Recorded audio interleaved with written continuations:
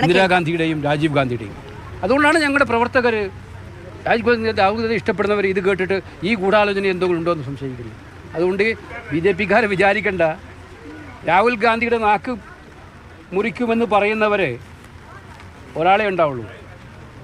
അത് കേട്ട് ഭയന്നോടുന്നവരാ ഞങ്ങൾ. ഇതുകൊണ്ട് BJP നേതാക്കന്മാരെല്ലാം സ്വൈര്യമായിട്ട് ഇത്തരം പ്രവർത്തനങ്ങൾ നടത്തുന്നവർക്ക് ഇറങ്ങി നടക്കാമെന്ന് വിചാരിച്ചാൽ അവർക്കത് തെറ്റിപ്പോയി ഞാൻ പറയാൻ ആഗ്രഹിക്കുന്നു. ഈ വയനാട് രക്ഷാപ്രവർത്തനത്തിന്റെ അത്ഭുതപ്പെടുത്തുന്ന ഒരു കണക്കുകളാണ് സംസ്ഥാന സർക്കാരിന്റെ ഭാഗത്തുനിന്ന് വന്നിട്ടുള്ളത്. ഇത് പഴയ പ്രളയത്തിൻ്റെ അതേ അവസ്ഥയിലാണെന്ന് ജനം സംശയിച്ചു പോയാൽ അത്ഭുതപ്പെടാനില്ല. അങ്ങനൊരു അനുഭവമാണല്ലോ ഉള്ളത്. സർക്കാർ അതിലും ക്ലാരിറ്റി കൊടുക്കേണ്ടതായിരുന്നു. ഇതെന്ന് എനിക്ക് മനസ്സിലാവുന്നില്ല. എല്ലാവരും സന്നദ്ധ പ്രവർത്തനം നടത്തുന്നതാണ് പറയുന്നത്. സന്നദ്ധ പ്രവർത്തനം അത് അവരെ അപമാനിക്കലല്ലേ? സന്നദ്ധ പ്രവർത്തകരെ അപമാനിക്കലല്ലേ? അങ്ങനെ ഒരു കള്ളക്കണക്കാണെങ്കിൽ പോലും കൊടുക്കാൻ പാടുണ്ടോ സന്നദ്ധ പ്രവർത്തകരുടെ പേരിൽ? ഈ മുഖ്യമന്ത്രിയുടെ ഇത് വളരെ വളരെ അപകടകരമായിട്ടുള്ള കാര്യമാണ്.